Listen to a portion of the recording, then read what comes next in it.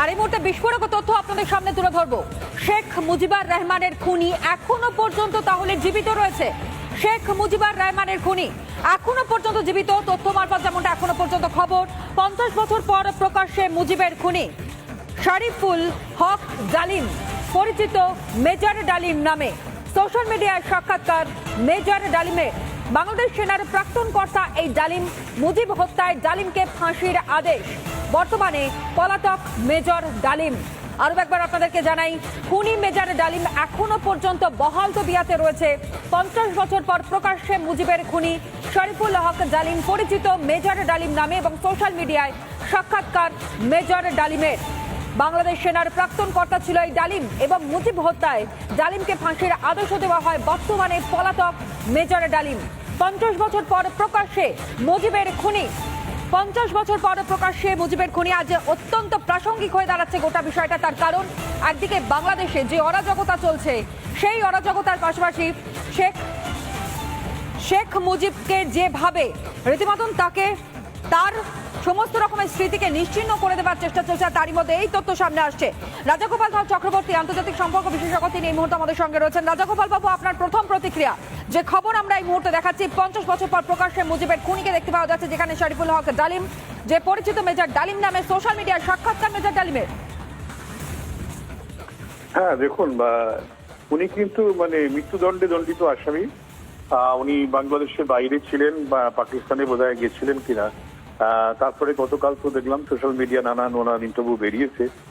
উনি তো, হ্যাঁ, আমরা জানি যে যখন বঙ্গবন্ধু মুজিবুর রহমানকে হত্যা করা হয়, উনি বাংলাদেশ রেডিও থেকে বলেছিলেন যে বঙ্গবন্ধু মুজিবুর রহমান হত্যা করেছেন, হ্যাঁ, যা হতে মারা গেছেন, হত্যা করা হয়েছে, তিনি এটা অ্যানাউন্স করেছিলেন। তখন বোধহয় বেতারের দায়িত্ব ওনাকে পাঠানো হয়েছিল।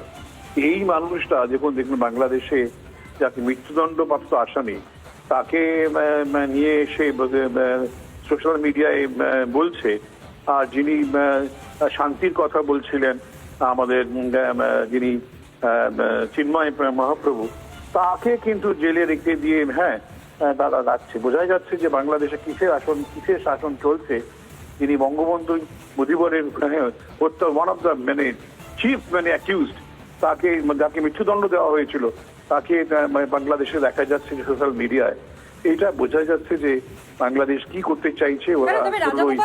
শেখ হাসিনাকে ক্ষমতাচ্যুত করা, যদি আমি একটু প্রেক্ষাপটটা পরপর সাজাই, শেখ হাসিনাকে পদচ্যুত করা এবং তার পাশাপাশি আওয়ামী লীগকে যেভাবে হেনস্থা করা, অর্থাৎ কর্মী সমর্থকদের হেনস্থা করা, তৃতীয়ত মোহাম্মদ ইউনূসকে নিয়ে এসে অন্তর্বর্তীকালীন সরকারের উপদেষ্টা মণ্ডলীর প্রধান হিসেবে বসানো, পরবর্তী সময়ে বিএনপি এবং জামাতরা যেভাবে মাথাচাড়া দিয়ে উঠেছে, বঙ্গবন্ধুর যা কিছু ভাস্কর্য ছিল, তার যা কিছু অবদান ছিল, সবটা মুছে ভুলিয়ে দেওয়ার চেষ্টা, তারই মধ্যে তার খুনি সোশ্যাল মিডিয়া যে বক্তব্য, অর্থাৎ এই সমস্ত বিষয়ের প্রেক্ষাপটে দাঁড়িয়ে কিছু কি আন্দাজ করা সম্ভব হচ্ছে কি হতে চলেছে বাংলাদেশে?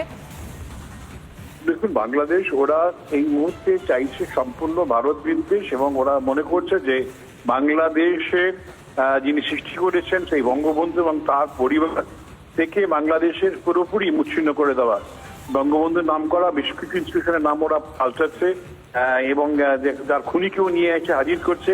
বোঝাই যাচ্ছে যে বঙ্গবন্ধু বা দেশটা যিনি সৃষ্টি করলেন, তার হত্যাকারীকে তারা যদি এইভাবে পর্দার সামনে নিয়ে আসে, বোঝাই যাচ্ছে যে তারা আওয়ামী লীগকে কতটা ভয় পেয়েছেন, এবং সম্পূর্ণ মুছে দিয়ে ওরা ভাবছে যে একটা উগ্র মৌলবাদী শাসন তৈরি করবেন।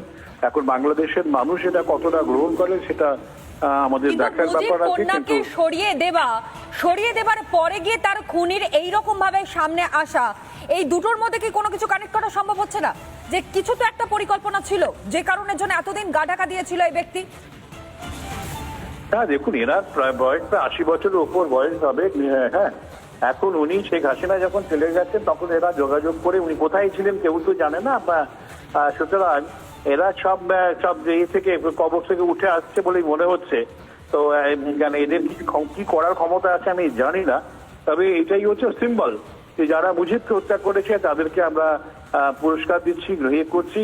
অর্থাৎ এইভাবে তারা বাংলাদেশে একটা আওয়ামী লীগ বিরোধী, শেখ হাসিনা বিরোধী, মুজিবুর বিরোধী একটা জিগির তারা সারা বাংলাদেশ জুড়ে তুলতে চাইছে, এবং সেই সঙ্গে ভারত বিদ্বেষ, এইভাবে নতুন একটা বাংলাদেশে জন্ম দিতে চাইছে। বেশ ধন্যবাদ জানাই রাজগোপাল ধর চক্রবর্তী, তিনি এই মুহূর্তে ছিলেন আমাদের সঙ্গে টেলিফোন লাইনে, আন্তর্জাতিক সম্পর্ক বিশেষজ্ঞ।